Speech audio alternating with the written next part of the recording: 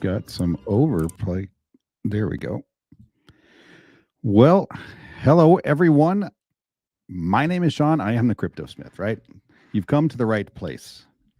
Happy Saturday, everybody. Tim Shea, first in the building, of course, as always. It's good to see. Hopefully, you're having a great Saturday, Tim. I feel like this almost feels foreign to me because I really haven't done anything in the crypto space like in the last 4 days, which seems like a lifetime. I've had to basically deal with things in the real world, with my job. So put a little effort into that. But I'm back. It's Saturday. We're going to do a live stream. And let's see. Tim Shea at Midas Touch. Yes, it does. I'm not sure what that's referring to. Crypto Benny, thanks for stopping in. Howdy, happy Saturday. I hope your Saturday is going well. Let's see here. Just type something in the chat. Welcome, everyone. All right. We've got C Neville 1992. Hello. Thanks for stopping in. I appreciate it. Hopefully, like I said, everybody's Saturday is going well. Big Watch Dude, thanks for stopping by. What's up, Sean? It's Saturday Night Live, baby. That is right. It is. I'm trying to get in the mood. It's kind of been a week for me. So, like I said, I have obviously a job, that and most people have jobs. And I'm trying to get promoted, which is a very big promotion for me. And I had to spend some time this week, basically. I flew up to Seattle, do a little management training and kind of hobnob with the corporate folks. So that was fun. But I'm back. And it's crypto time. Let's go. Ooh, I'm on the big screen. That's scary. Let's change that. There we go. That's a little better. Nobody wants to see my face that large. Big Watch Dude, I do appreciate you stopping in, checking out the channel, checking out the stream. We're going to talk about some regulation. Obviously, not the most fun thing to talk about. Gary Gensler, is he really trying to kill the crypto market? Obviously, we're going to talk about MMAI because that is one of my favorite topics to talk about. And this, I think my Saturday channel is kind of turning into an MMAI type channel with a little extra content on the side. Tim Shea, hey. Hope you're doing well, Tim. Thanks for stopping in. Hope you're well. I am well. Actually, I cannot complain. And if I did, nobody would care. Right? Does that describe your world as well? I really can't complain. I've got a good life. There's nothing wrong. Any issues I have are always in my head. You're from Twitch there, C Neville 1992. Thanks for stopping in. Hey, Benny, the Fightin' Irish. Are you from Ireland? You look like you could be Irish. Hey, Big Watch Dude. Tim Shea, the mayor of crypto. He really is. And I know I think everybody's fighting over which channel is Tim Shea going to get on first when he decides to jump on stream one day. Corporate, hate that word. Yeah, it is. It's a fight we got to fight, right? I mean, I have to play the game if I want to move up in the company, and the next step for me is a pretty large step. So, you got to play the game, got to get up there, kiss a little ass, shake some hands, say the right things, meet the right people. But yeah, corporate. Fortunately, the company I work for is very, let's say, not corporate centric. I mean, yeah, they got a corporate office. But we're a private company. They do about $1 billion a year in revenue. So no, not a small company by any means. But they really, I don't know. It's easy to work. They're easy to work for. Let's just say that, right? Not a lot of stupid rules, and we don't have the real woke culture going on in there just yet, right? I'm sure it's coming. How is Gensler still free? I don't know. The dude's an evil guy, I think. I mean, he talks about crypto. He talks about XRP while he's a professor at MIT or giving a class at MIT or in Harvard. And then, he says it's a cryptocurrency, nothing to worry about. And then he gets the job head of the SEC, and all of a sudden it's a security. Mr. Dr. Professor Reverend Shaman said in the house. Thanks, Shaman. I appreciate you showing up. Hey, Doc Rev Shaman says, Daniel Gayton, what are you doing, Daniel? Haven't talked to you in a minute. Hopefully you're good. Hopefully everything is good in your world. I know I think you were traveling last week, or maybe you're still traveling. NXRA, Daniel. Yeah, so NXRA, I believe I'm not into ALBT, or I wasn't, but I believe NXRA is the new ALBT, the V2, I guess, as it were. Hopefully that goes well. Dirty Gary is connected. Yes. Yeah. They don't call him Goldman Gary for nothing, right? He was part of Goldman Sachs. And that's kind of basically what I've come to is he's not trying to kill crypto. He is trying to hand it off to his big bank buddies, right? And Wall Street. He wants Wall Street to have custody of crypto. So he's not really trying to kill it, but he is definitely trying to get it out of the hands of the retail investor. How do you guys feel about that? You guys think they're trying to kill it, or are they trying to just control it and allow Wall Street to take over? Because that's pretty much what's happening right now. And I'm going to go through a couple of articles here in a minute and just kind of vet that out. MMAI. Yep, MMAI. Let's check MMAI real quick while we're on the subject, since I already have it up. Let's see. Keys to the city. This is really what we're interested in. So those of you out there who are part of the MMAI community, such as myself, Daniel, I know Tim Shea is, Big Watch Dude, obviously, Daniel Gayton. I think we all probably have an NFT, Keys to the City. They recently decided, the team, so this is, I don't know if it's Austin's decision, but that the MMAI team decided to lengthen the time of the sale for the Keys to the City. Now, whether you agree with it or not, I guess is irrelevant. Selfish me, and we talked about this before, selfish me says, nope, cut it off. If you didn't get in, too bad. But the compassionate person to me says, yeah, it'd be nice for some others to get in as well, right? I mean, this is supposed to be a community type space.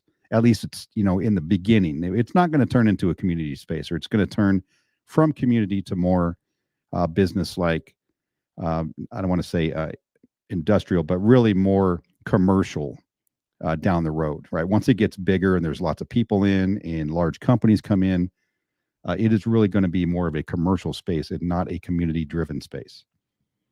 That's my own personal opinion, because I think once you have large brands start coming in and throwing their money around and their weight around, it's not gonna have the same feel it does today.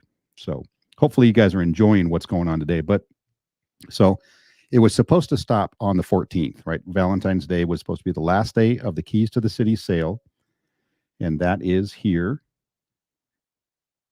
If you guys don't know what it is, go over to MMAIPure.com and then just click on Keys to the City, and you can go through all of the different benefits you get for purchasing this NFT. And the NFT also comes with an additional NFT, which is a property.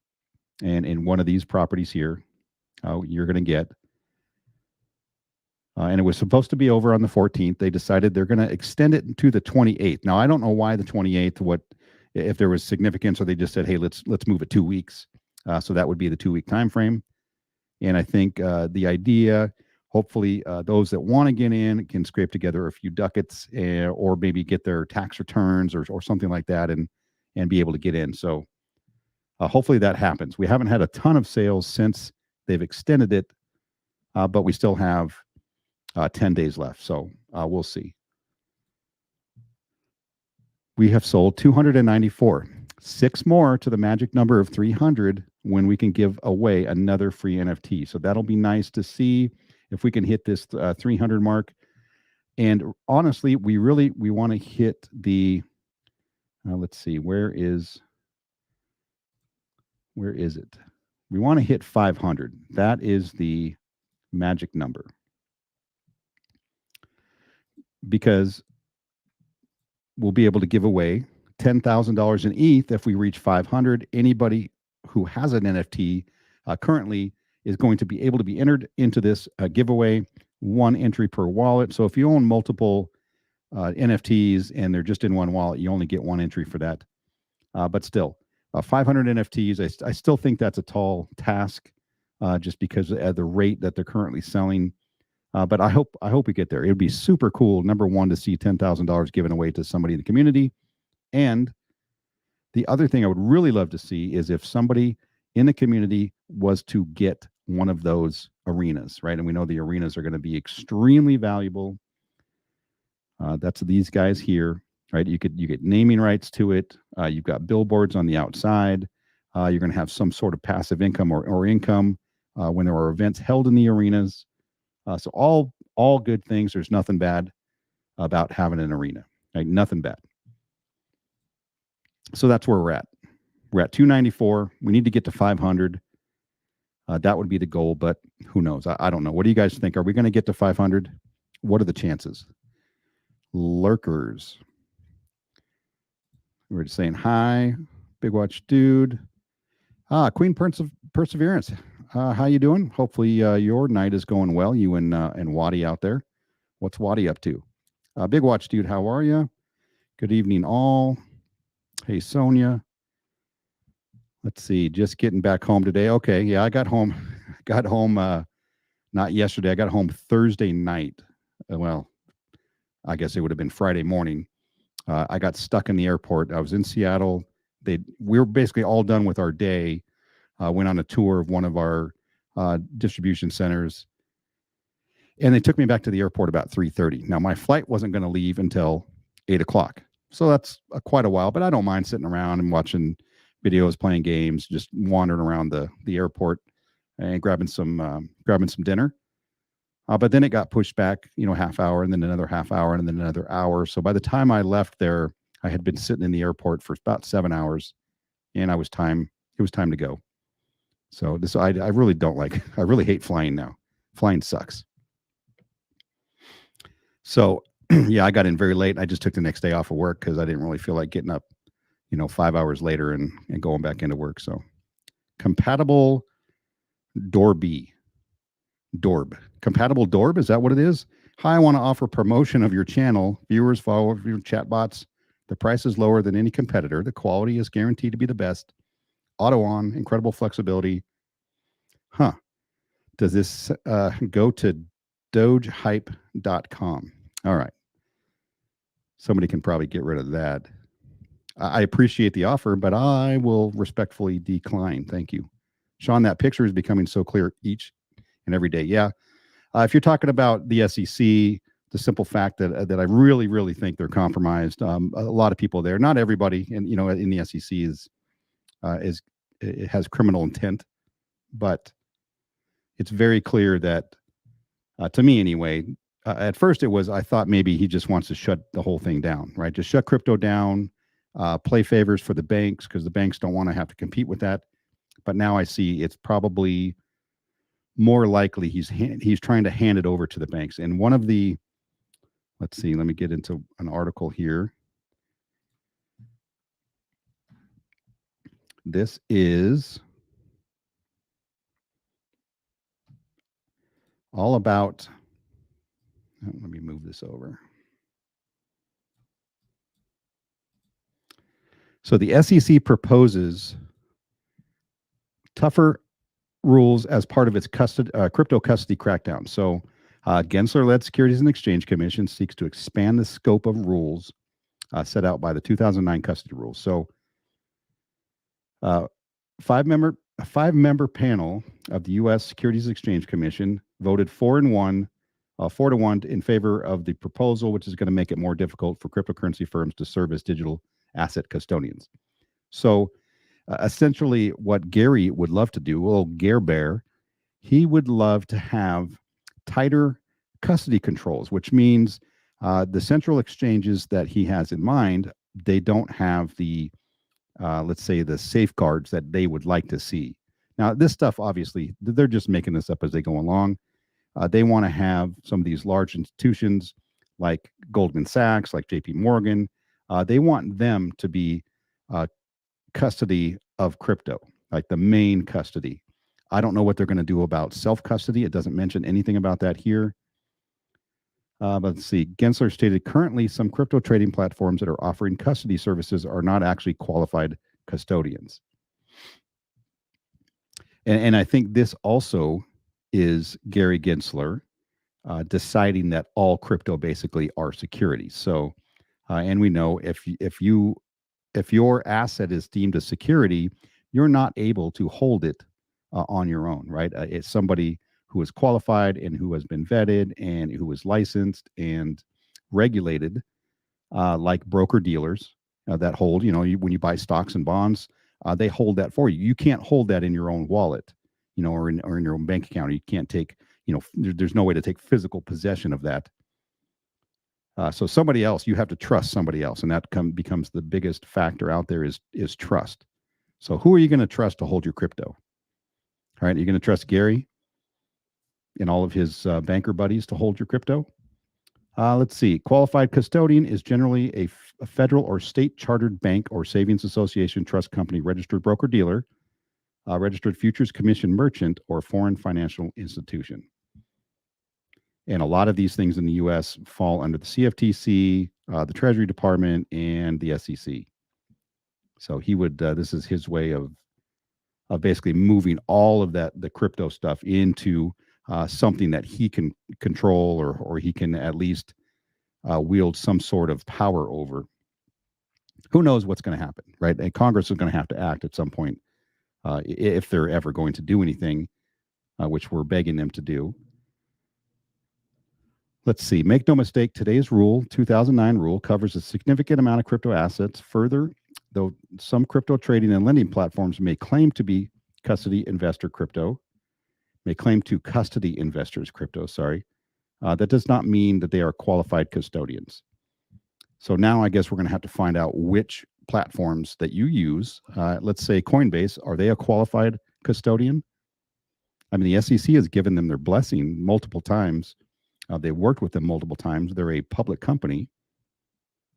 So it's going to be interesting to see, are they going to say that Coinbase is not a qualified custodian? We'll see how this plays out. Commissioner Hester Peirce, she was the one dissenting vote on this. 4-1, she's the one. She says, nope, this doesn't make sense. You're reaching here. She really, I think she's made it very clear. She is not in favor of Gary Gensler or his policies or his enforcement by or regulation by enforcement things that he's doing right now. It's just it's such a mess. Hey, Binance stuff. Hi, all. Sorry I missed the start. No big deal. We're just getting started here. Good to have you. Tim, video coming soon. Let's see. Did you back home? Video coming soon. So what are you going to do a video on? I did see your little short on Cypherium, so it's cool to see that you're covering that. I've got a couple videos on Cypherium and going to continue to follow that as we move along. It might even be one of the Cypherium may be one of those that actually starts performing before the other ISO tokens do. And talking about ISO tokens, it's been so difficult to wait, right? We're waiting and waiting and waiting, and we've been waiting for years. And it's likely for most of them, we probably have until 2025-ish before we're going to see any significant movement. So, I mean, a bull run, yeah, all tokens, all coins, all projects will benefit from that. But once that real utility starting point, I don't think is going to happen for another year or two. Let me know what you guys think. You guys think I'm wrong? You think it's going to happen before that? Takeover, yes. Binance stuff. My keys are jingling, baby. Yeah. Gotcha. I've got a couple of keys. I am planning on getting one more. So I'm going to get one more key. Let's get rid of that. So I've got 3 going for 4. This is how much I believe in MMAI. I'm putting my money where my mouth is.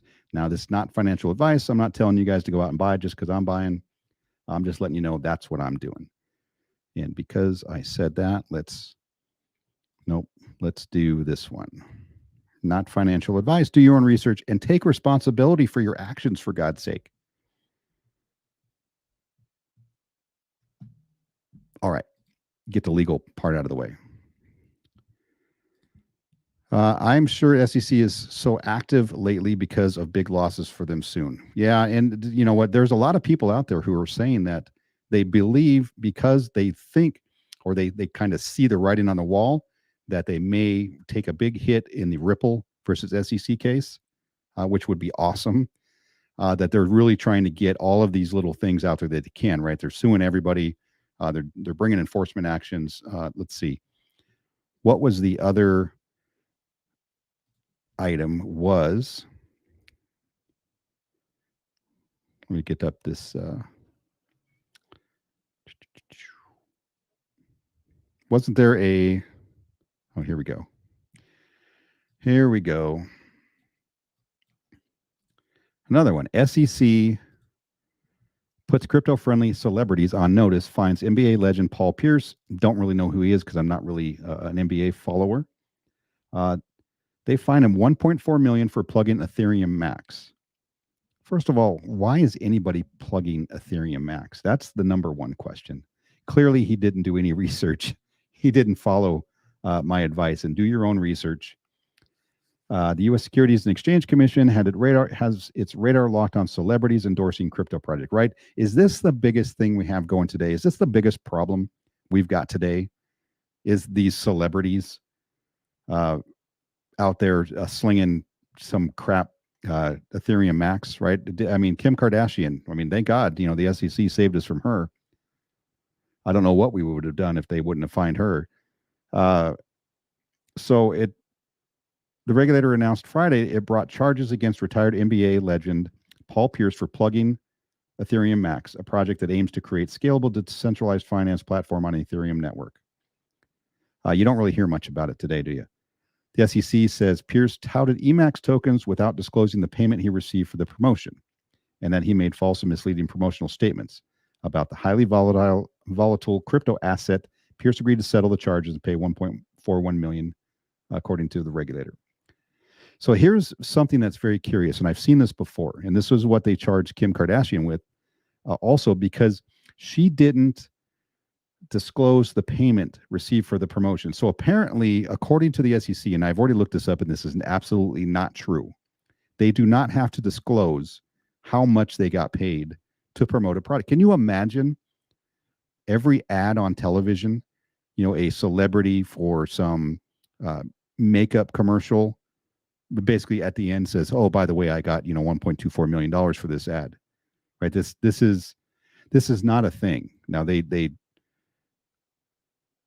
went through and they fact checked this on Kim Kardashian's, you know, from months ago, and they said the same thing, that she is required to disclose to the public what she got paid. Now, if you inquire, sure, you should be able to find out what she got paid, but they're suggesting like you're supposed to let them know the moment you make the ad or the moment you pitch this cryptocurrency, which is utterly ridiculous. This is how stupid these people are. So false and misleading, I don't know what it was. I don't know what the ad was. I don't know what was false and misleading about it, other than the fact that Ethereum Max isn't a great project, in my opinion. If you're into it, sorry, that's just my personal opinion.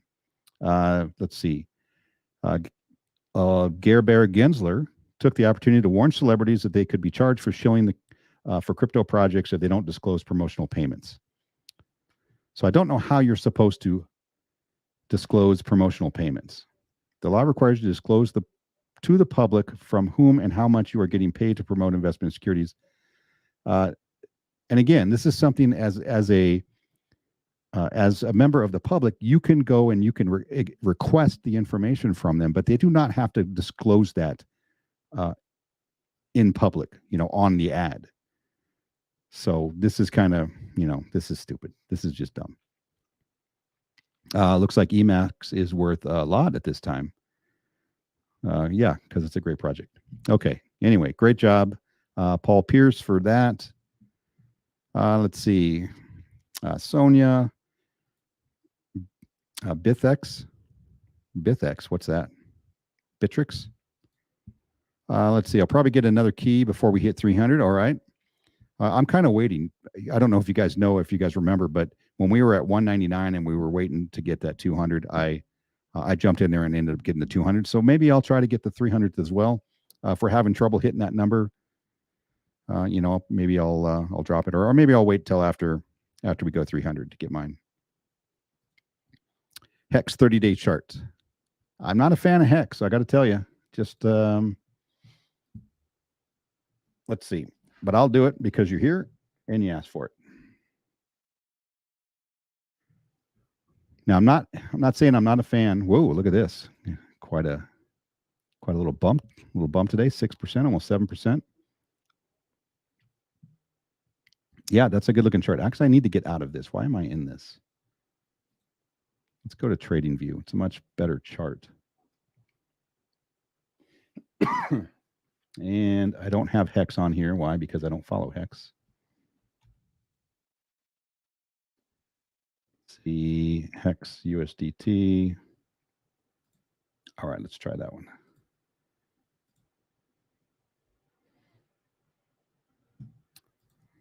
And let's get the real chart out. Here we go. Here's your Hex. And what's my time frame? 1 hour. Let's go to a 4 hour. I mean, it's a steady climb. It's a good looking chart. I'm not going to lie. Just because I'm not in it. That is a nice looking chart for the month of February, since it started ticking up there at the very end of January. Up quite a bit.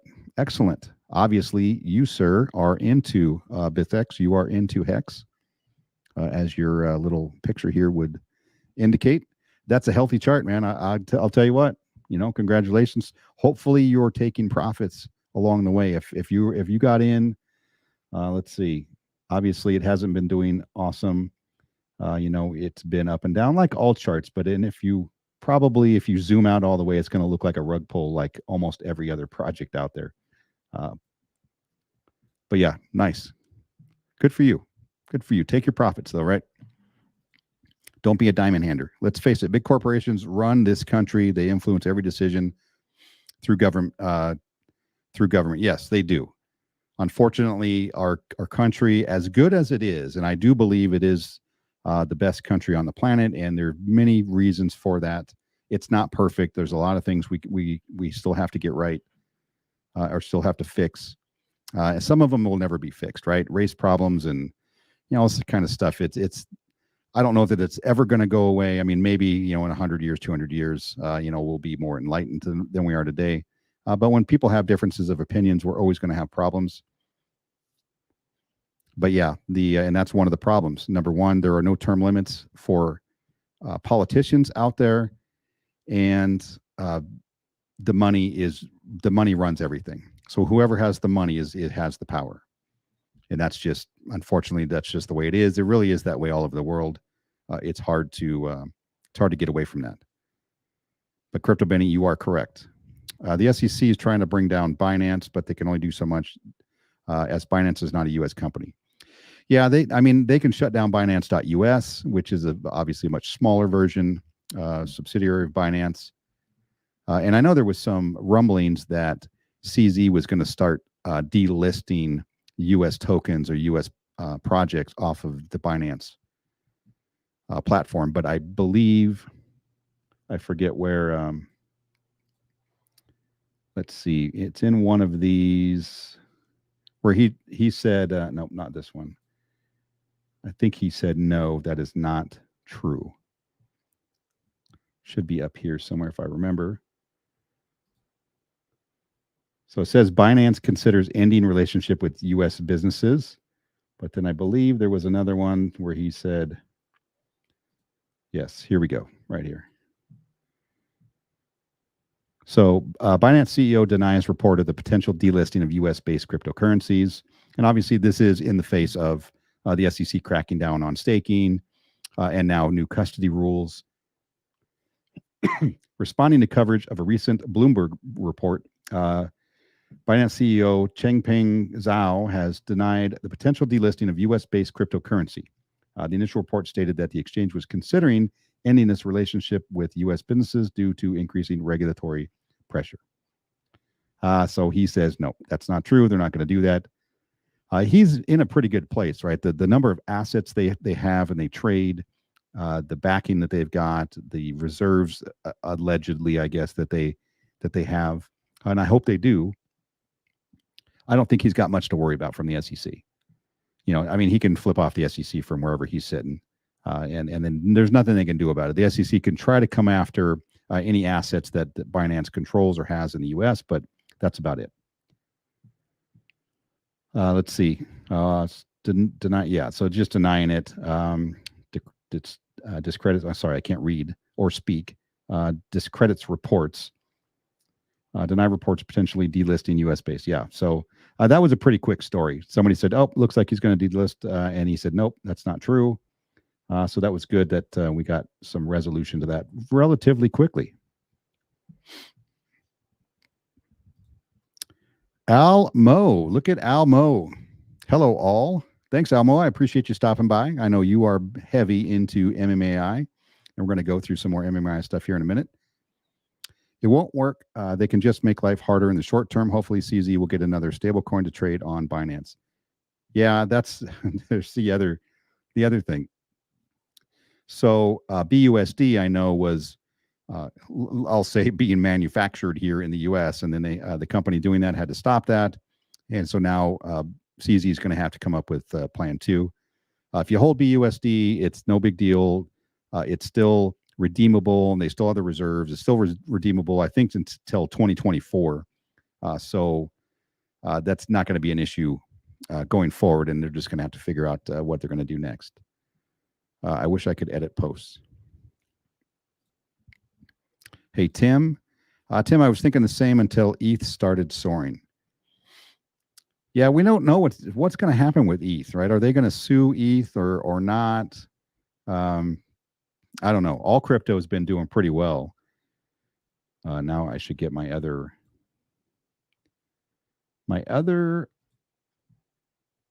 view. Nope, not that one. God damn it. Here we go. The overall market. I mean, we're sitting pretty good. 7 days, up 13% for Bitcoin, sitting at 24.6. Ethereum doing very well. I know Ethereum was up over 1,700, of course. BNB still, I mean, it took a dip right in the beginning once that report came out, that the BUSD problem with Paxos, but it bounced right back. It always bounces right back. BNB has been one of those steadies that you just can't shake it. You can give it all the FUD you want, but it just doesn't go anywhere. XRP is still holding. Gosh, it just doesn't move, which is nice. It's almost a stable coin. It drops down maybe a couple of pennies, goes up a couple of pennies, even though everything else is really moving. It's been pretty steady. XRP has been very steady. Polygon doing extremely well. That's good to see. This is one of my big holdings here is Polygon and Matic. Been holding on to that for a while. The Sheebs, which I don't care much for, but I guess they're going to drop blockchain, right? Shibarium any day now. At least that's what we're hearing. AVAX, let's see, what else? Stellar doing well, 7% up over the week. HBAR down a little bit, interesting. ICP is really kicking ass. VeChain doing well. Let's see, anything else that I hold down here? Bone, obviously that's been going up. Jasmy, something I don't have, but I intend on getting. I'm going to do a video on Jasmy just to introduce it to the group. Oh, look at Saitama. Still crap coin. That's amazing. LCX, I'm going to be doing a video on LCX as well. Alliance Block, they're changing their name and going to be, I'm assuming, airdropping to those who held. Let's see. Let's get down here to the important one. Metamonkeyai, just below the 4s, which is fine. It's still 7.5% up on the week. And Cypherium, did take a hit this week. Not sure why. I'll have to look into that for my next video. And then, something I wanted to do was, I've always, since MMAI started, I really wanted to find a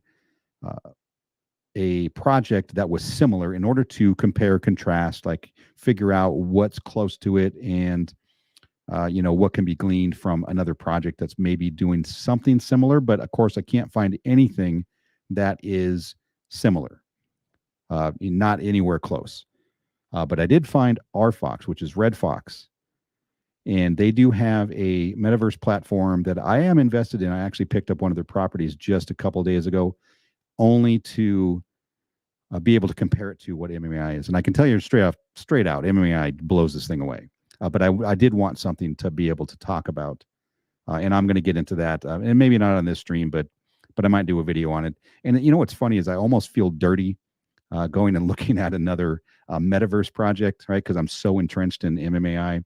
But you can't be a maxi, and there are other projects out there. But I'm going to give a little information at some point. I'm not really sure when, on RFox and what they have going on. They're a little further along, let's say, in their journey. They've got it built out. They've sold their properties. It's kind of like MMAI, where they sold properties. It comes with an avatar. They call it a citizen, and you'll be able to do business, e-commerce in there, and play games. So has some similarities in it, but it's a little more, I'm going to say, cartoony, like high level cartoony kind of thing, and futuristic. So look forward to that. Tim, I was thinking the same. I already read that one. I'm going to pick up another key. Okay, good. So you and me both. So at least there's two more right there. We can probably talk Almo into maybe grabbing another one as well. John Crispalla, thanks for joining me, John. Anything's possible, Sean. Somebody might buy up 200 keys tomorrow. You never know.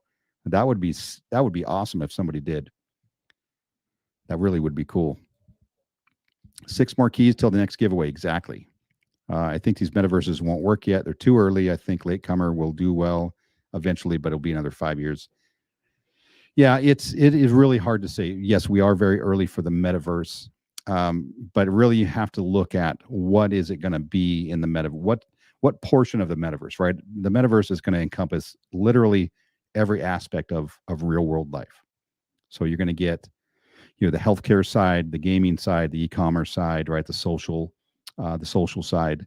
One of those is going to pop off first. And I, me personally, and I know several others out there, think the e-commerce side, right? There's so much online shopping right now, and especially since 2020, and we had the event that I won't name. Online shopping has gone absolutely through the roof. And if you look at the metaverse, it's really just a more immersive online shopping experience. No, my mom is not going to get in and shop that way, and your grandma's not going to do that. And if you're over 50, you're likely not to engage in that kind of activity. But the younger crowd will. My kids, 20 somethings, they're going to be interested in that. So, and that's kind of where I'm coming from. I went from 85 degrees to 30 in a few hours. That sucks. It was, it's still cold. I mean, it's still wintertime here in Idaho. So, going up to the Seattle is not much different. It's a little bit warmer up there and a little more humid, but it's definitely colder here. You should have hit me up in those. Yeah, John. I thought about that when I was there. It was probably 8 o'clock, my original takeoff or departure time. And I'm thinking, man, I should have called John, but I didn't know I was going to be there that long. I could have had you come pick me up. We could have gone out and hang out and had a couple of beers. But they gave me I told you I was going to call you when I got up there, but they literally gave me no extra time to do anything. Every moment was filled with something. And actually we went to Top Golf up there, which was super cool. First time going to Top Golf. I am a golfer, but if you guys have a Top Golf in your area, I highly recommend checking it out. If you're not a golfer, it's for you. They really designed that place for non-golfers. You can get up there, you can have fun, you can have a drink or have food. The food's really good. They got heaters, because you're outside basically, and it's a really comfortable environment. And if you don't play golf, it doesn't matter. You're going to go out there and you're going to have a good time. They have games on the screen, so when you're punching your ball out there, they have like Angry Birds. So wherever you hit your shot or you hit the ball goes, that's where the Angry Bird flies and you try to knock down, just like a regular Angry Birds game. But it was super cool. So hopefully I can talk my wife into going, because she hates golf. but I think I can talk her into going there and having fun with that. So if you haven't tried it, go try it. Let's say you get sick, dude. DG, yeah, he has huge swings in temperature. John Crispell, I'm probably going to have to skip some here. Happens to me all the time. Yeah, if you travel for work, you probably have to deal with that kind of thing. Just remember the SEC works in the U.S. population about 350 million. Earth has, yes.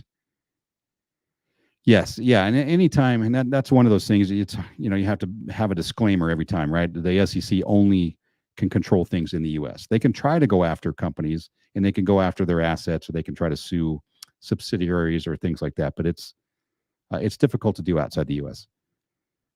And I remember Brad Garlinghouse, gave an interview once, and where he was recalling a meeting he had in one of the other countries, a high level meeting.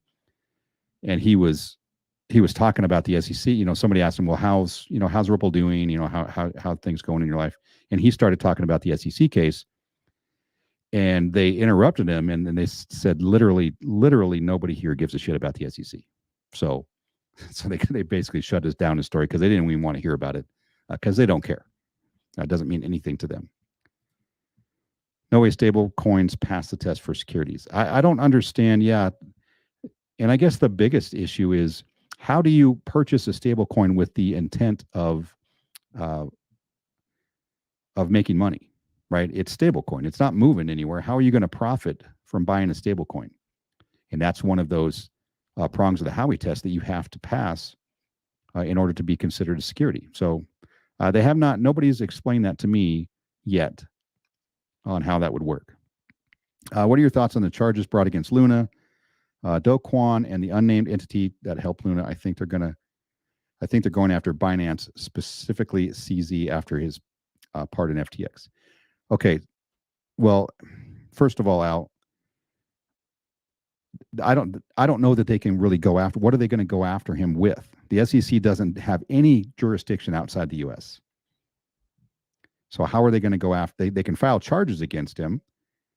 But he would have to come back here to the U.S. in order to fight them.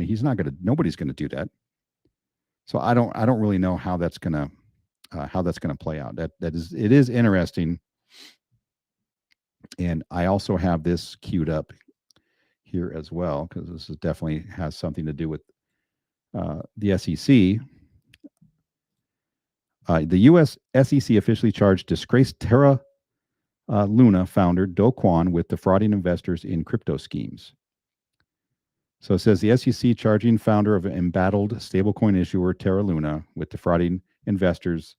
New press release, SEC formally announcing charges against Do Kwon for allegedly masterminding the multi-billion-dollar fraud scheme centered around Terra's now defunct algorithmic stablecoin, Terra USD, or USDT, I think it was. Regulatory agency alleges from April 2018 until it collapsed in 2022.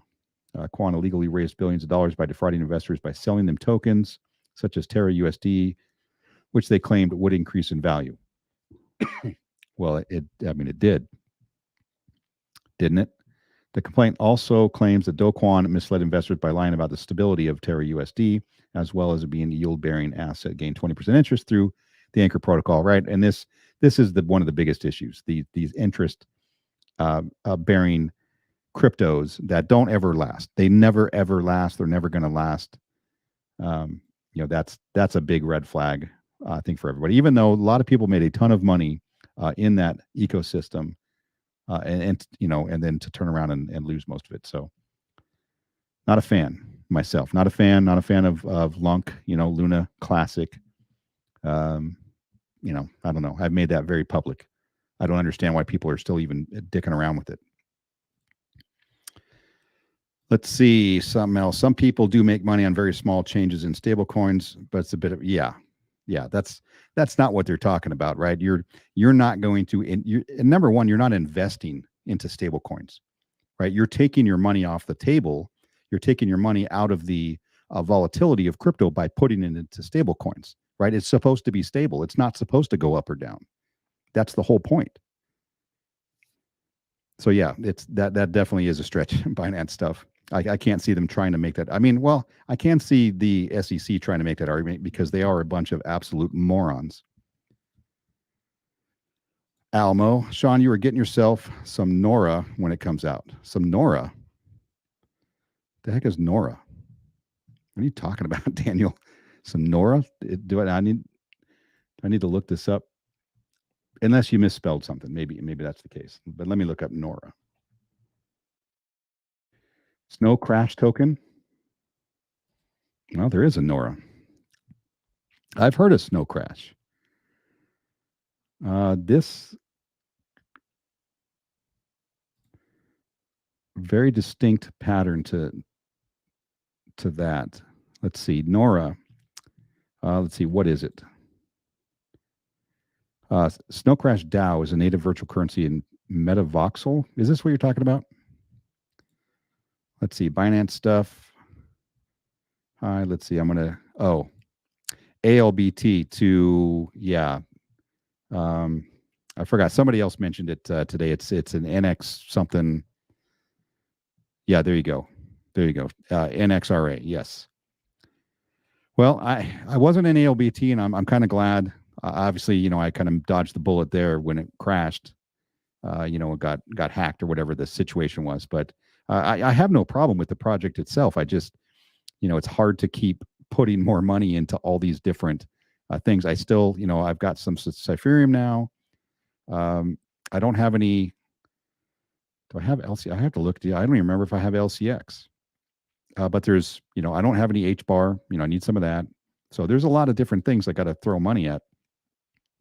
And I don't really like to have, 50 different tokens on my balance sheet. NXRA, yeah, I know. When is that coming out? Are they airdropping that soon? I have a Hex brother in the house, Al. Yeah, you do. You do, and that's a good looking chart for Hex right now. I'm tired. Homo. Sorry, Shaman. Get some rest. Yeah, get some rest, dude. Didn't Ethereum Max get plugged by Kim K? Yeah, you know what? I thought that was Ethereum Max as well. Apparently, they made the rounds to all the celebrities. She got off. No, she did not. I think she paid like 1.5 million or 2.5 million. She ended up paying a pretty decent fine. I mean, not for her. She's got hundreds of millions. ETH Max was the same project Kim got hit for. Yeah. I don't think Enzo realizes he's making the U.S. look so dumb. While he attacks cryptos, the rest of the world are laughing at the U.S. crypto businesses migrate overseas. Yes, and you want to know how dumb it is? Let me show you something. Let's see. That reminds me of Jim Carrey. Who was it? Fire Marshal Bill. Let me show you something. I'm not very good at impersonations. Let's see. Where was it? I think maybe it was on Twitter. I think I bookmarked it. Here you go. Now, let me just increase the screen here so we can all read it. So this is from the archives of the SEC. So this is official SEC memo right here, or whatever this was. This was some sort of let's see, Edgar data. Okay, I'm not sure where in the SEC and what this was, what the entire article was, but this comes from the SEC, and this is back in, I believe, in 2017 when this thing was published. Cryptocurrencies. In light of the extremely complex nature of the legal analysis regarding cryptocurrencies to determine which ones are securities and which ones are not, Bailard, who works for the SEC, has decided to allow investments in 3 cryptocurrencies. Or Bailard maybe is a company. I'll have to look. I really didn't look too closely into this.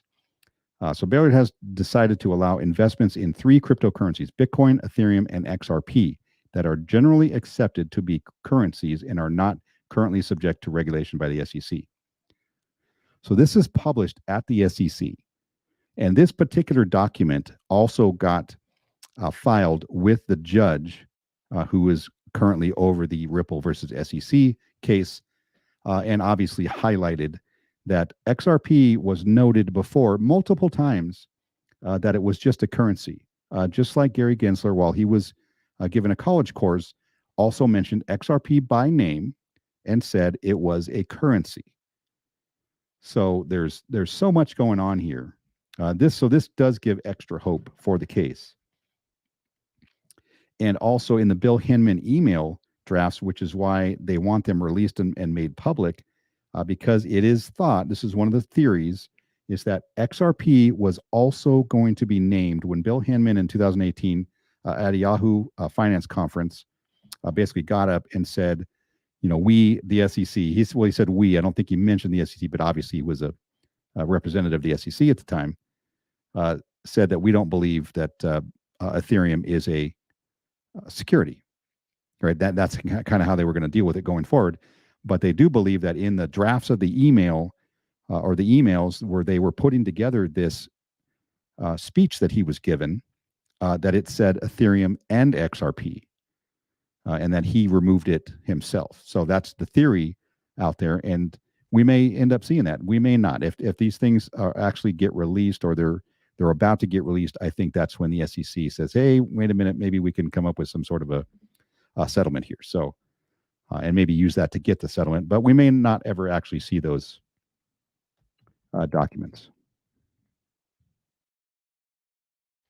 You guys saw that. I don't know if anybody has seen that before, but definitely interesting to read, right? And you're like, how would they not know that this exists in the SEC archives from 2017? But John, I do agree with you. They look stupid. It's all good. Your own fault. Design DNA. Thanks for stopping by. I do appreciate it. Hey, everyone. DNA. I think it's been a while since I've seen you on my channel. I've seen you on other channels, buying stuff. I never understood that disclosure thing. If it's your job to promote stuff, it's like a math teacher saying they got paid $200 for teaching them. Yeah. We know if they're promoting, the public knows they got paid. They're not doing it for free. They're not doing it just for fun. But you don't have to tell people, on the ad while you're promoting, how much you got paid. That's ludicrous. Hey, DNA. Let's see. Annie Rock is here. Thanks, Annie Rock. I appreciate you showing up. Always a pleasure to have you. I know another MMAI individual there. Almo, Hex bag's looking great. Yeah, the Hex chart's really good. Hex is a load of junk. It has no use in society other than to make Richard Hart a billionaire. And it may very well do that. I don't care for Richard Hart myself. I don't care for the Hex community. It's very, very culty. It's one of the original culty type communities. I did not get a good vibe. I did a Hex video way early on in my when I started my channel, and I don't know. It left me feeling icky. let's say I felt a little icky afterwards. But I mean, look, I hope it does well. I hope people make money, right? I don't want to see anything fail. It just makes crypto look bad when something fails, but it just wasn't for me. We'll just say that. Hello, Anirok. I don't think CZ would end business with U.S. businesses yeah, he's not. Well, I mean, he's petty when he needs to be petty, right? When he wanted to bring down FTX, I think, I don't think he was, well, I guess maybe he wasn't petty. He probably did what he think was the right thing to do, and basically pointing out that, hey, FTX is in complete Ponzi, and there's definitely something wrong going on there. Almo, what's up? Hit the like button. Hey, let me change my banner up here. That thing's like the stream, subscribe to the channel, click the bell notification. All of these things do, something to push me up in the YouTube algorithm, blah, blah, blah, blah, blah. It does. Like those things, when you guys are out there, and I know I mentioned this last time, if you guys are out there and you're watching YouTube channels of people that you like, if you like the video, I know a lot of times you forget, you're just watching the content and then you click onto something else. If you like the content, click the like button. Obviously, if you're subscribed, if you're not subscribed to somebody that you like, and if you click the bell also, and then comment is a very big thing, and it really helps push content out there. So if you guys would do that for not just for me, I mean, but for me as well, anybody you guys are watching, if you could do that, it really does help. And a lot of people don't know that. They don't understand how the algorithm works for YouTube. But I appreciate that, Daniel. Hit the like button. I bought that BNB dip under nice. BNB it always bounces right back. Like it never has a problem. Big Watch dude, I've been waiting on ETH to dip before I get more keys, but it doesn't look like it will. Yeah, well, we got 10 more days. All right, so we can hope maybe it'll take a little dip in the next 10 days. Sean, you look into Corium at all? Yes, I did, and I will have a video coming out. There's there's a lot of skeptical people out there about Corium, and I don't know if I'm going to address that or just get in basically what Corium's supposed to be. So there's a lot of, now that we're going to come up, honestly, in the next 2 years, I think by 2025, we're going to kind of see everything play out. We're going to see who the big players are. Corium seems to be, right there in the beginning, with Ripple XRP, and with, then you got Cypherium, that's been out, building relationships with central bank digital currencies. They're going to be a player. Obviously, Ripple, XRP will be a player, XLM. We'll see which ones really are going to make a run for it and which ones kind of fall back. And Corium, obviously, nobody knows about Corium. Nobody talks about it. And there are some who thinks it's just a big scam. But I'll dig into it on my video, and we'll figure it out together. Tim, F.U. Saitama. Yes. I can't, honestly, I mean, big props to Saitama and the whole team or whoever's left. It's still somewhat relevant, somewhat talked about, a year and a half later. I thought it would have been dead and gone months ago. And the devs would have been in jail like they probably should be. Hey, Sean, what do you think about XRP being a stable coin? What would that prevent it from being used by banks? No, I don't think. Well, it's okay. So first you have to, is this going to be an unbacked stable coin? Is it going to be an algorithmic? Is it going to be backed by a basket of different currencies and or other cryptocurrencies, or maybe commodities like gold and silver, right? There's a lot of different things that go into this, and there's a lot of different opinions out there on how this might happen or if it will happen. But I think it would be a good thing as a stable coin. Banks, it wouldn't stop banks from using it. I think banks would prefer a stable price. Now, XRP, when we talk about stable coins, it doesn't mean that the stable coin is $1, 1-to-1, like it's $1 to one token. Like it doesn't work. It doesn't need to work that way. So, so it could be, $1,000, per token, and it's just kept at that stable price because that's where it needs to be in order to perform the function, cross-border payments and on-demand liquidities, or it's being used for stablecoin, and then not stablecoin, but CBDC bridge currencies, right, from different CBDCs, one country to another, right? Obviously, there needs to be a bridging currency. So there's so many things that it can be, and it might be used for, but I do know that XRP is not going to be the only one used, right? We already know this. We already know Cypherium has already established a lot of relationships out there, networks with some countries and with CBDCs, and so they're going to be a player in the field as well. But you still, and I think XRP is still one of my biggest. Cypherium is going to be, I don't know where that's going to fit in my lineup, right? Is that my number 2? Is that my number 3? I think all of them are going to rise, relatively at the same time. So, maybe it doesn't even matter. But that's a good question. But banks, one of the biggest things, one of the biggest problems and fears that financial institutions are going to have is, how is this asset that they're using, or this currency, how does it act, for the, few seconds or minutes that it's being used? Is it highly volatile? And I think that's what they shy from. So I think it being a stable coin would likely bring more banks to the table. Hello. Hey, Juan Gonzalez. How you doing? Juan Gonzalez. Juan, were you back with me in Stable Fund? I don't know if you guys remember me talking about, I'm sure you remember me talking about Stable Fund, right? Stable Fund obviously is dead and gone at this point. That is the big rug. I just happened to click on their website that they still had up, that, this Michael dude said he was going to, he wasn't a rug puller, that he wasn't that kind of guy. He was absolutely going to get all the money back, but that never happened. And now the website's gone. Big Watch dude, it would be a stable coin at like 10,000. Yeah. And that's a touchy subject, Tim, right? When I know this whole XRP buyback and the price models that they're using can be very ridiculous, I guess, right? And it sounds ridiculous, but it doesn't mean it can't. It just the problem that I had with it. I like the fact that the buyback committee, right? This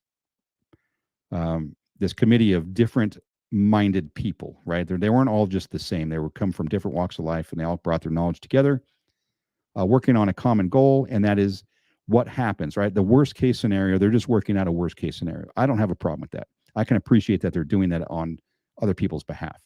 It just didn't look good when that paper came out that said, their bill at the end of the day, if they were able to facilitate something with the Treasury or the government in some way to purchase all of the XRP that people hold, back that their fee was going to be $100 million. It was, it was astounding.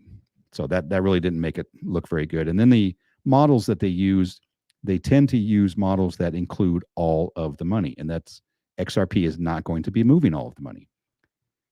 Not everything is going to be tokenized on the XRP ledger. That's just, there's too many other blockchains out there and other projects out there that already have a foothold out there. Now, maybe over the next, several decades, competition will knock some of them out, and maybe some will buy each other out, and maybe there's a big, king of the mountain, someday. But I think a lot of these are going to have a say in what goes on out there when they're moving money around. Very intelligent, Sean. Always look at the competition. Don't be an echo. Yeah. I'm assuming you're talking about the Red Fox, the metaverse stuff. Yeah, that really was what I wanted to do, because I know there's somebody else has an idea out there that's trying to do something that's similar. But even though that particular metaverse project is not anywhere close to what MMAI is doing, but still, it's very interesting. And I was able to pick up a property, so I'll be able to actually stream from the apartment that I bought. I don't know what apartment it is yet because it hasn't been revealed. So I got to go through the same thing like you'd go through with MMAI to find out which property you got. But I'll record all of that, and then I'll probably talk to Austin about it, because I don't know how everybody's going to feel if I'm, doing videos on a different metaverse project. I don't want to step on toes since they are sponsoring my channel. So I just want to make sure I do it the right way.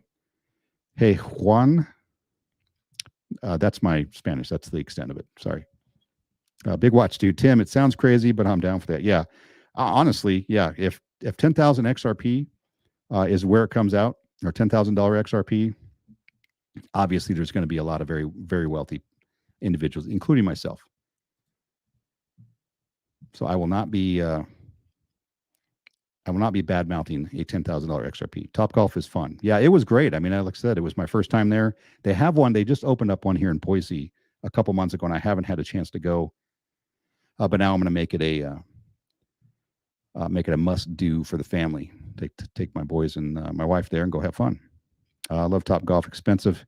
Yeah, it's not the cheapest thing out there, but if you're not a golfer, and we were in a party of maybe 20 people there. Obviously, we had a couple different lanes, and most people there were not golfers. A couple of guys I played with had never even held a golf club, but they had a great time, even though they were terrible. But it was still fun. I was up there just crushing it, because I've been playing golf for a long time. But it doesn't matter if you're a pro out there. It's still fun, and there's still targets to hit, and you can make it difficult if you're a good golfer. Fortunately, I didn't have to pay for it, right? This is a company trip, so company paid for everything. Topgolf was fun. I visited a friend in Fort Worth. We were laughing at betting on the shots. Yeah. And the balls are not quite, if you're a golfer, you'll understand if you go there, the balls are not exactly the same as real golf balls. They're weighted a little different so that you can't, crush them over the net. And then they have sensors, I believe, inside as well. So they don't fly the exact same way a regular, a Pro V1 does, let's say. I could play golf. Yeah, absolutely. I can't wait to retire, somewhere near a golf course, so I can go play golf. I love golf. MMAI in the house. Wizard Cell. Thanks for showing up. I appreciate you being here. Yeah, MMAI is in the house, well represented here. We're going to talk about it a little bit more. Let's see. Let's get rid of that. I just wanted to get through some regulation stuff because that's pretty much the topic of the day. ASMR fan, hi everyone, getting ready to go make some dinner, but wanted to stop by and say hi. I appreciate it. ASMR, I do appreciate you showing up and saying hi. I'm probably way late on this. Oh yeah, I'm 15 minutes behind, 20 minutes behind. Yeah, say hi to Austin. Whatever he's doing, I know he's probably getting ready to go in a couple of weeks to go to South Korea to get working on the projects for MMAI. Super cool. I know it's probably be tough being away from the kids for a while, but sometimes sometimes it's necessary, right? We got to do those kind of things. Hey, fan Tim. Let's see. Let's skip down. Alfredo Espinoza. Good night, MMI family. Thanks for stopping in. You have yourself a good night. How about we go after Gensler for allowing FTX to happen after all the red flags he should have been on? Yeah, that is one of those things where you sit down with somebody and you say, really? Like you had no clue that his was the biggest Ponzi scheme, just about the biggest Ponzi scheme in history. How did he not know that? Right? Clearly, Gary either didn't look at all into the business or just turned a blind eye to it because he thought he was going to get something out of it. I know Congress right now is starting to go after Gary and starting to request all the documentation about all those meetings, phone calls, his calendar, that kind of stuff. So we'll see where that goes. I don't know if they're going to do anything, if it's really going to have any teeth or not, or he's just going to get away with it like everybody else in the government does. Fan, you get my message on Telegram? Let's see. Well, I haven't checked any messages. Haven't been feeling. Oh, sorry to hear that. Fan, hope you and the kids feel better soon. Yeah. Hopefully you do. Being sick is no fun. Hope you get better, fan. Just need pics and videos to post on Reddit. Oh, that's right, Al. I think I read on the Telegram you were doing a Reddit article. Alfred Espinosa, fan. Hope you and the fam get better soon. And Austin, stop comparing LJ and MJ. That's LeBron James and Michael Jackson. Michael Jordan. Michael Jackson. I don't know if Michael Jackson played basketball. Yeah, so Austin's a big NBA fan, and he is saying that LeBron James is the GOAT and not Michael Jordan. So I don't really care either way.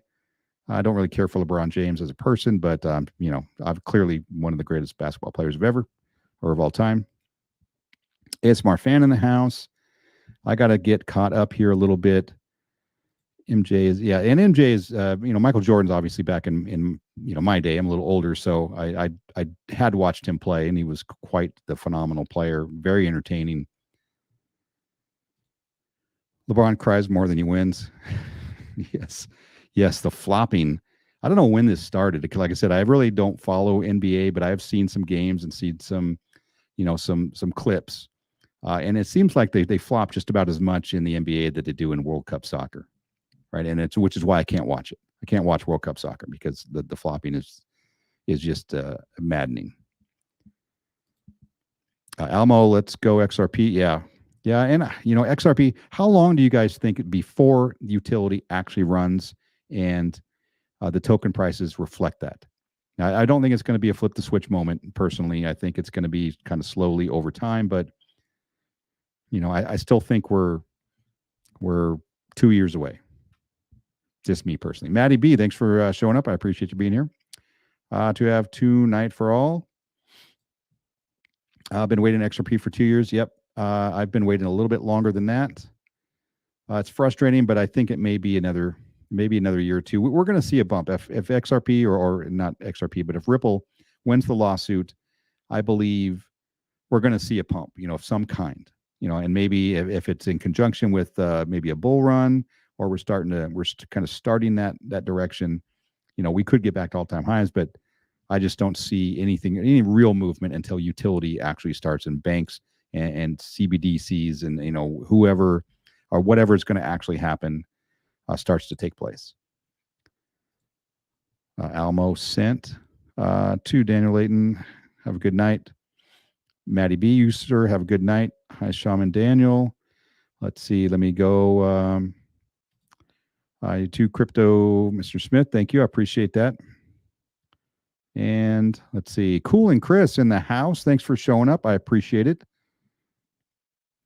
Hopefully your night's going well. Saturday evening, wherever it is you are.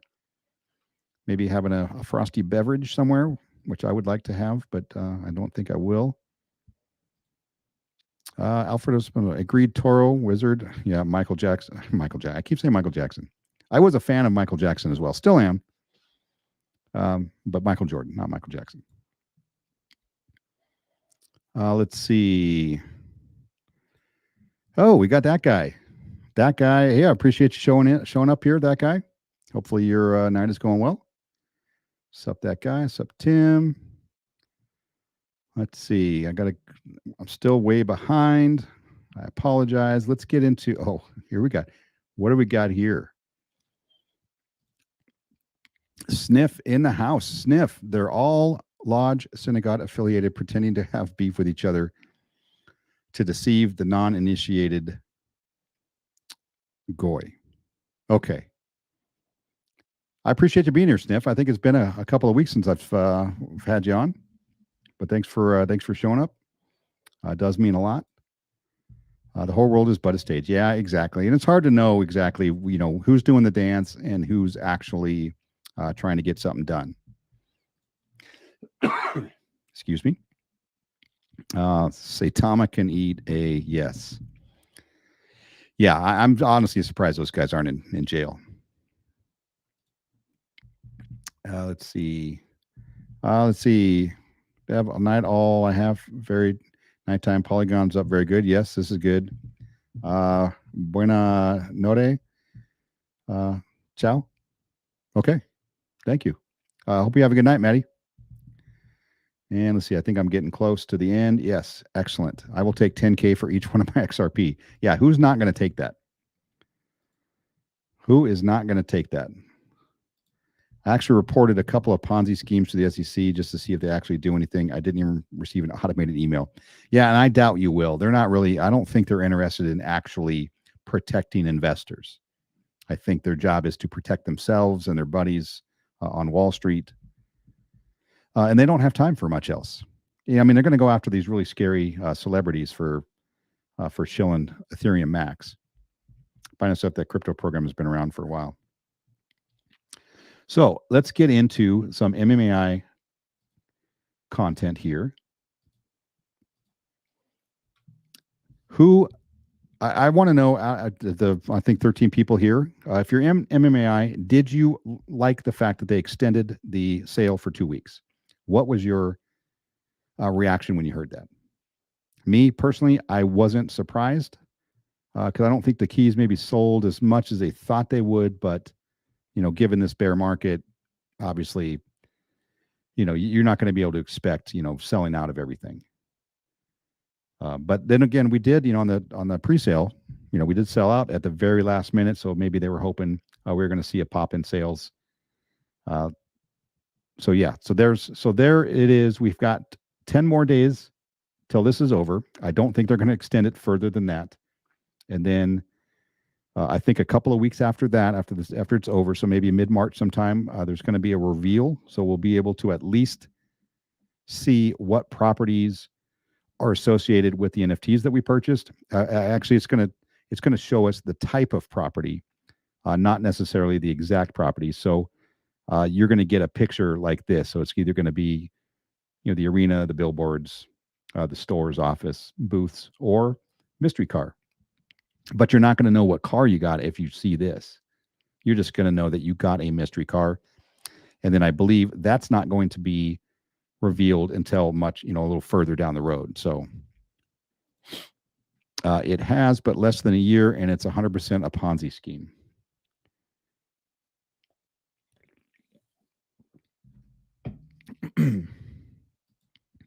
Had no issues with it. Daniel Gayton says, well, okay, I appreciate that answer. I mean, at the end of the day, I don't have an issue with it. But if we go 10 more days and we don't really get too many sales, and I think that was kind of just a waste of time. And then unfortunately, that's going to let you know that, all of those in the community that were, really pushing to push this thing, a little further so that they could get in, and then to find out a lot of them probably still don't get in. If that's the case, that'll be a little disappointing, but we'll move on from that. It doesn't really matter. They're still building behind the scenes, so I don't know that there's probably not a rush to find out which properties we got just yet, even though obviously I'm anxious to know which of the arenas that I got, and then which car, maybe which race car. That would be nice to know. But at least if we know the type of property, if I know that I got a large booth, I can either start preparing, maybe kind of spitballing ideas and finding out, what is it I'm going to do with this, or maybe I'm going to trade it to somebody who wants one, and then maybe they have something that I want. But that's in the next date everybody's looking for, I think, is when these things are revealed. Binance stuff, I'm sure it is a Ponzi that Jonathan has no shame for showing these schemes. Yeah. You won't until it runs out of money. Jonathan is not a nice guy. Someone told me he was a pastor. Yeah. So I used to watch his channel. I think I unsubbed to him just because, he's just, even though he does tell you up front, that it's extremely risky and don't get into this, right? That's his whole kind of shtick. But basically, you're taking advantage of your community because and I know that not everybody is as sophisticated, right, as I am or as you are, when you go, or as Jonathan is on his channel. But most of the people who are watching, they don't do their own research. They're watching you because they want to see what you're putting your money into, and they're going to jump into it with you, right? Not truly understanding the fact that most of the time you're going to get wrecked. These are Ponzi's, yes. You can make money, yes, but you've got to get in and get out at the right time. You still have to do some research on it to know, what it is you need to do, what actions you need to take in order to make that money. And he doesn't go through that. He just says, "Hey, just watch me do it. Don't jump in," knowing that they're going to jump in. How does he know they're going to jump in? Because he puts a referral code, in the description of his videos for people to click so that he gets extra money as they lose their money. So I don't know. I don't like it. I'm sure he's probably a nice guy, and I do believe he was a pastor or was a Christian singer or something like that in the past. And it seems he kind of ran the other direction with it. But that's just, yeah, I don't participate in his videos any longer. Binance stuff probably does that to avoid taxes. Daniel, I will take 100 for each XRP. Yeah, even at $100, there's a lot of us are going to be sitting pretty good. And no, I am not the guy. I know there are some out there, and I don't know if you guys listen to Crypto Lulu. He's a big XRP dude. He also sat on this confidential committee for the buyback plan that was coming. He was not part of the committee that came up with price valuations. He was just kind of giving his opinions as a content creator, for the committee, just to kind of give his 2 cents. So, but he's very big into XRP, and he does state that he will never sell his XRP, that he will stake it and or lend it when the time comes. I don't know if that's a possibility. To me, it doesn't really sound very realistic. But he's kind of taking the train that XRP one day won't be available, and then so and basically like Quant, right? Quant has such a low supply, and you're going to need Quant in order to transact, in order to have that interoperability and get on and use the overledger. So you're going to need to hold it. So if there are thousands and thousands of companies out there that need to use it and are using it, there's going to be at some point, theoretically, there's going to be none available. Everybody's going to be holding it and using it, and there's going to be none available. So maybe you'll lease yours out, so companies can use it for what it's intended to be used for, and then they can pay you back in that plus interest. That's kind of what the line he's going down, and I just don't know if that's realistic. I hear you, Tim. Absolutely, Sean. People are lazy or have low financial IQ. Yeah, and that's the thing. And it's not that people are dumb. It's just they don't know what they don't know yet. They just get in. They see somebody making money. They hear crypto. They see these pump and dumps, and somebody's making 2, 3, 4, 5x in a day or two, and they want some of that, right? I mean, I've done that as well. I've jumped in on things without really doing my own research and actually understanding what I got into, and I get wrecked. But that's how I learned. That in the beginning, when you get into crypto, that is how I learned, and it was a stupid way to learn. I'm smarter than that, but sometimes you get greedy and you go into the degen plays and you want to be an instant millionaire. But 99% of the time it doesn't work that way. Almo, I'd take $10. I won't sell all my XRP at $10. I'll sell a little bit, take that profit. I'll probably put that into something else. Depends on, at what point it's at $10 and what all the other tokens or projects that I'm invested in. But I'd probably take that $10 out of XRP, and I don't know. I might have to send some to my bank account and give it to the wife. You take 100. Yeah. I don't think anybody would take 100. I mean, that's a lot. That's crazy. It's a crazy amount. Let's split it, Daniel. Let's say 50. Let's say it's $50 in XRP. So are you guys selling out? Is there a price that you would sell all of your XRP, or are you with Crypto Lulu and that you're going to hang on to some because you think you're going to be able to lend it in the future if it's not available? Almo, we can do that. I can retire and live lovely at 50. Yeah, definitely 50. That definitely retires me. Most people get into the hype. By then it's too late. Yeah, if you're chasing hype around, and it's already shooting up, yeah, and you're getting in on this big green candles on the very beginning of these pump and dumps, yeah, you're screwed. You are screwed. Let me get this banner. I'm tired of it.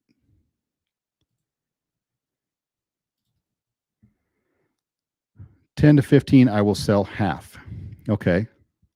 Yeah, see, I have a schedule that I actually wrote down, and I think my first sale, I don't think I even sell, a portion of mine until $10. So at $10, I'd sell, let's say 1,000 coins, right? So it gives you $10,000 to do something else with it. Maybe put it into another upcoming project, or up and coming project, or take it out and throw it in the bank account. Put it, pay taxes on it, and pay bills or pay your debt or whatever it is you need to do. But mine goes up like that. It's $10 and then, $25 and, $40 or whatever. I forget the exact breakdown, but, until I sell all of mine, and maybe I can leave, maybe I leave 5,000 in there as a, as that, call the moon bag of XRP, and maybe it hits a crazy amount, sometime in my kid's life, and pass it down to them. But I definitely don't have to sell all of my XRP in order to retire. I've been accumulating for a number of years. Selling your first bag at $10. I mean, that's reasonable, right? You're taking profits. $3 and I think $3.84 was the all-time high. If you can even get back to the all-time high, I mean, I'm sure probably none of you in here has purchased at the all-time high. So $4. I mean, that's great profit. You're sitting on 10x from now, right? You 10x your money from today. So yeah. Everybody has their own plan. Everybody has an idea of what they want to get out of it, right? If I can take $500,000 and put it into my my real world, that not only pays everything, but the house and all that stuff. It puts money in my kids' accounts and that kind of stuff. So yeah, I mean, once it starts to be life-changing money, that's when I'll really be serious about selling. But just to take profits, I've got other tokens, other coins that I can use to take profits and to make money on as a bull run goes or utility run goes. Could have a lot of utility tokens. XRP would probably be the last thing that I sell.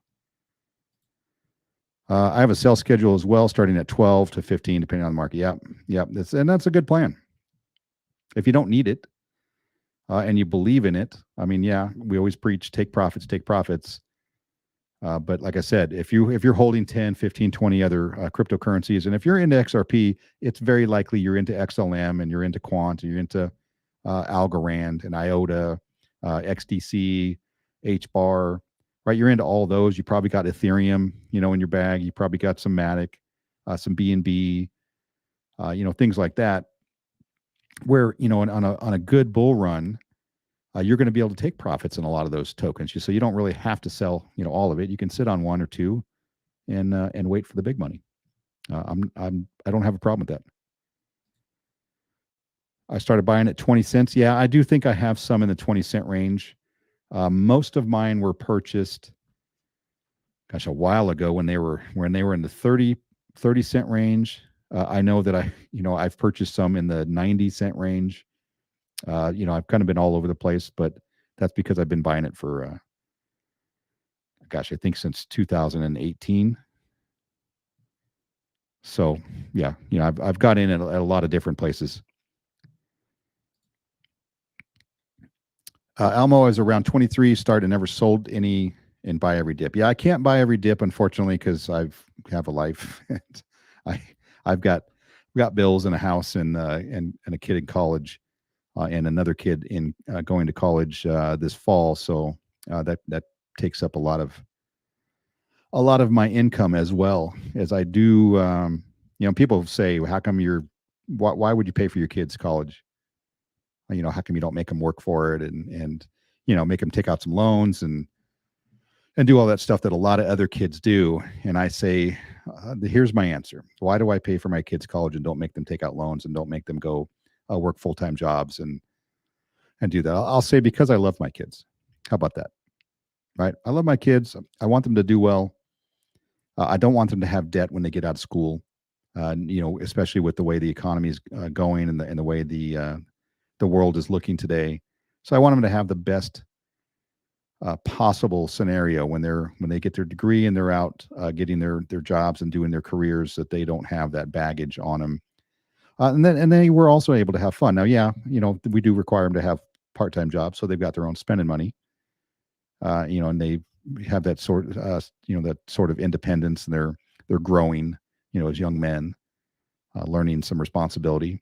But yeah, there's no reason to torture your kids. And my son's girlfriend, for instance, her parents refuse to pay anything for her, so she has to really work her butt off to pay for herself. Right? And it's a challenge, and obviously it's going to create a lot of character in her, and it's going to be good for her as well. But we all have decisions to make. So those were my decisions.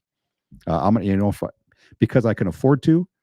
I've done, well enough in the last 10 years of my life, and my wife has done as well, that we can afford to do that. So that's what we're doing. I pay for my kids' college because I could, and I know what it's like to work through school. Yeah, exactly, Daniel. Yeah, because you can.